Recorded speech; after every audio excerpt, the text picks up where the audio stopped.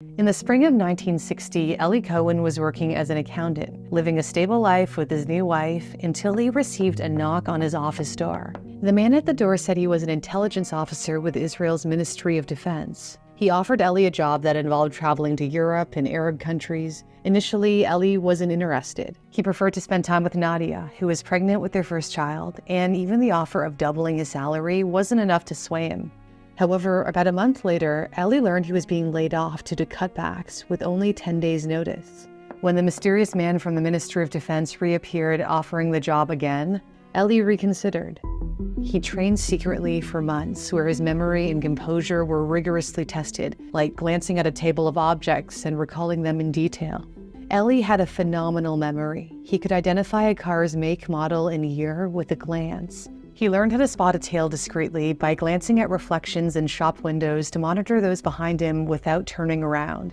His trainer advised him that if anyone recognized him, he should simply say that they were mistaken. During one exercise, he was stripped naked and forced into a freezing bathtub to test his resilience and ability to maintain an alias Mossad had given him. As author Ali Ben-Hanan of Our Man in Damascus describes, for 6 minutes his teeth chattered convulsively, his body turned blue, and his eyes rolled in their sockets. After successfully completing his grueling training, Eli was ready for his first mission. Nadia only knew he had a job with the Ministry of Defense and that it required frequent travel and long periods abroad. She didn't know Eli was now Kamal Amin Tabet, a wealthy Muslim Arab businessman born in Beirut who grew up in Egypt. Eli's true background aided his cover. He had been born in Alexandria, Egypt, to a Jewish family from Syria. He had been involved in Zionist causes in Egypt after World War II and briefly trained in Israel. But in 1956, after the Suez Crisis, when the Egyptians seized control of the canal, leading Israel, the UK, and France to invade, Eli and many other Jews were expelled, and he moved to Israel. In 1961, Eli's first mission as an Israeli spy took him to Buenos Aires, Argentina, home to a large Syrian community. He immediately began learning Spanish with a private instructor to make his backstory of spending years doing business in Argentina convincing. He became a regular member of an Arab social club where he mingled with members of the Arab Muslim elite. Eli knew how to charm them. He knew how to make people feel important, a skill that worked to his advantage. Author Ben-Hanan describes how he charmed the manager of a large trading company by listening attentively to a long, dull discussion about cattle.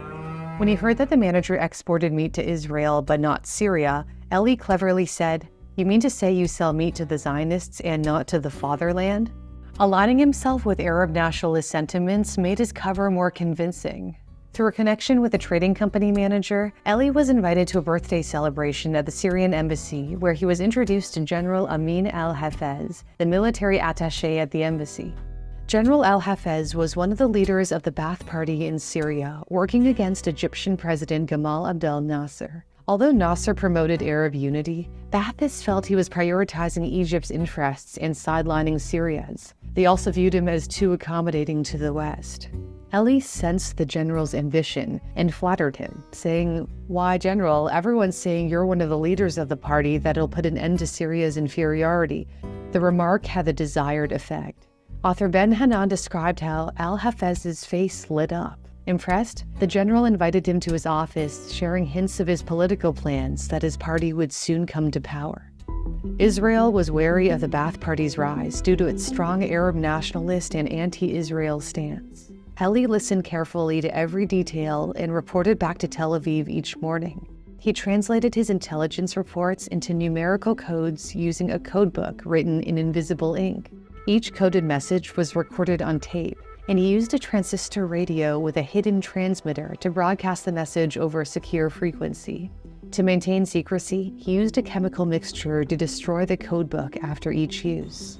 In January 1962, Eli was reassigned to Damascus, Syria, under the guise of a wealthy businessman eager to invest in his beloved homeland. He rented a luxurious villa not far from Syrian army headquarters. Eli gained unparalleled access to Syria's military elite thanks to the parties he was invited to and the ones he threw.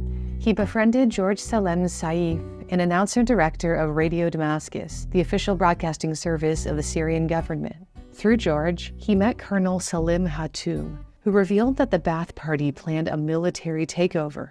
Colonel Hatoum shared sensitive information with Ellie about the vulnerabilities along the border between Syria and Israel. He described a hidden network of underground passageways secretly occupied by hundreds of Syrian soldiers ready to launch attacks from concealed positions. He even invited Ellie on a tour. On the tour, led by Lieutenant Mazi Zaharuddin, Ellie saw how the Syrians held a strategic advantage from their elevated positions in the Golan Heights, giving them a clear view of Israeli territory below. The lieutenant even showed him a map detailing where fortifications would be built in the area. Though Ellie couldn't photograph the map, his remarkable memory enabled him to retain every detail, and he transmitted all that he learned to Tel Aviv the next morning. But even the best spies have close calls. One morning, as Ellie was transmitting, the lieutenant appeared in his apartment. Ellie allowed him to come and go as he pleased, a calculated move to build rapport and trust. The lieutenant noticed his codebook and questioned him, but Ellie quickly responded that he was working on a crossword puzzle, a close call that saved his cover. While mingling with the Syrian elite, he also took on another mission, tracking down former Nazis. Tel Aviv assigned him to find Franz Rademacher, a Nazi war criminal hiding under an alias somewhere in Buenos Aires. Rademacher feared Mossad would do to him what it had done to Adolf Eichmann, one of the architects of the Holocaust, whom Mossad had abducted in Argentina and sentenced to death. Ellie turned to his well-connected friend Majid Sheikh Elard, who knew everyone in town, and he charmed him with thoughtful gifts like Cuban cigars. Sheikh Elard ultimately introduced him to Rademacher, as noted in a declassified CIA document. Rademacher was eventually arrested in Syria on spying charges and, in poor health, later returned to Germany, where he was taken into custody. On March 8, 1963, the Ba'ath Party overthrew the government, and General al-Hafez became Syria's president. Ellie now had direct access to Syria's most powerful figure. To celebrate, Ellie threw the new president an extravagant party at his villa. At the party, Ellie met an engineer involved in the Jordan River Diversion Project, a plan to cut off Israel's water supply. The engineer boasted that their dams were built to withstand Israeli bombs. Ellie related it all to Tel Aviv, enabling Israel to map Syria's defenses precisely. On November 13, 1964, when Syrian forces fired on Israeli tractors near the border, Israel's Air Force launched precision airstrikes on Syria's Jordan River diversion equipment, temporarily halting Syria's plans. Later, during the Six-Day War in 1967, Ellie's detailed reports on Syrian fortifications in the Golan Heights proved instrumental, enabling Israel to capture the strategic territory quickly. President al-Hafez had become increasingly suspicious of the League. After returning from an urgent kidney operation in Paris, he noticed that Israeli radio broadcasts detailed every aspect of his trip. To confirm his suspicions, he held a secret meeting with top officials, forbidding them from sharing details with anyone. Soon after, he tuned into Israel's Arabic broadcast and was shocked to hear the details. He realized the leak was likely through radio transmissions since the information was broadcast so quickly. Around this time, Ellie returned to Israel on leave. He told his Syrian friends he was on a business trip abroad. He reunited with Nadia, his 2 young daughters, and a son who was born during his visit. But it wasn't long before he had to get back to work. Ellie promised his wife he'd soon be home for good when his contract with the Ministry of Defense ended in May 1965, but that day would never come.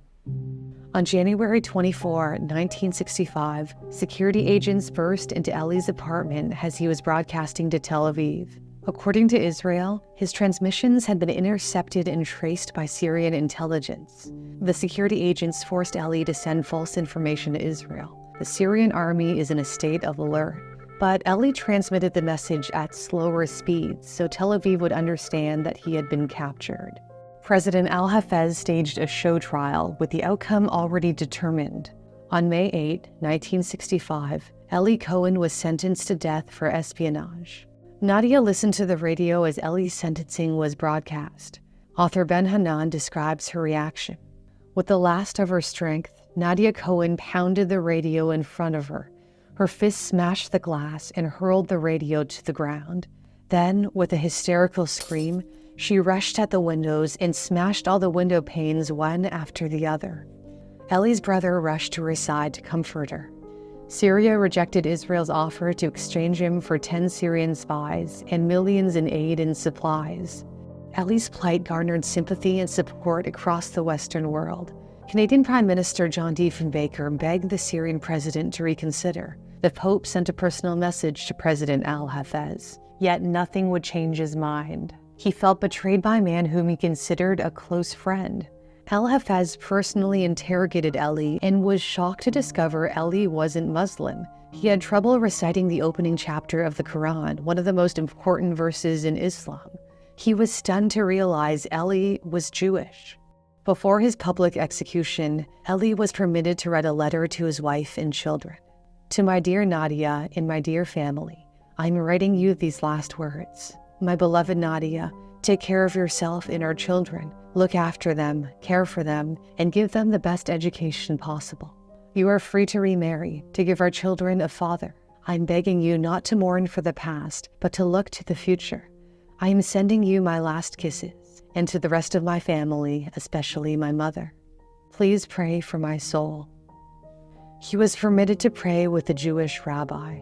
Eli's execution was broadcast live on Syrian television. I've blurred the image out of respect and consideration for viewers. Despite decades of appeals from Eli's family, Syria has refused to return his body and has not disclosed where Israel's most celebrated spy is buried.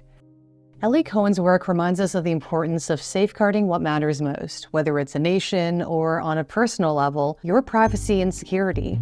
Every piece of information floating around online about you is a potential risk. Data brokers are collecting and selling your information to third parties who can use it to target and exploit you. If you want to protect your personal data online, Hogo is the app for you. With Hogo, you can see what personal information data brokers are trying to sell and remove it from their sites with just one swipe. Hogo also helps you build your credit. You can dispute late payments, with these you're seeing an average increase of 62 points in just 30 days. And here's the best part. Hogo rewards you for protecting yourself. Every time you take an action like removing your data or strengthening your credit, your Hogo helper rewards you with Hogo coins. Cash those in for gift cards to places like Amazon, Taco Bell, and more. So if you're ready to take control of your privacy and give your credit a boost, try Hogo for free. Just click the custom link in my description or scan the QR code on your screen to get started with your free trial. Thanks for watching. For Newsthink, I'm Cindy Palm.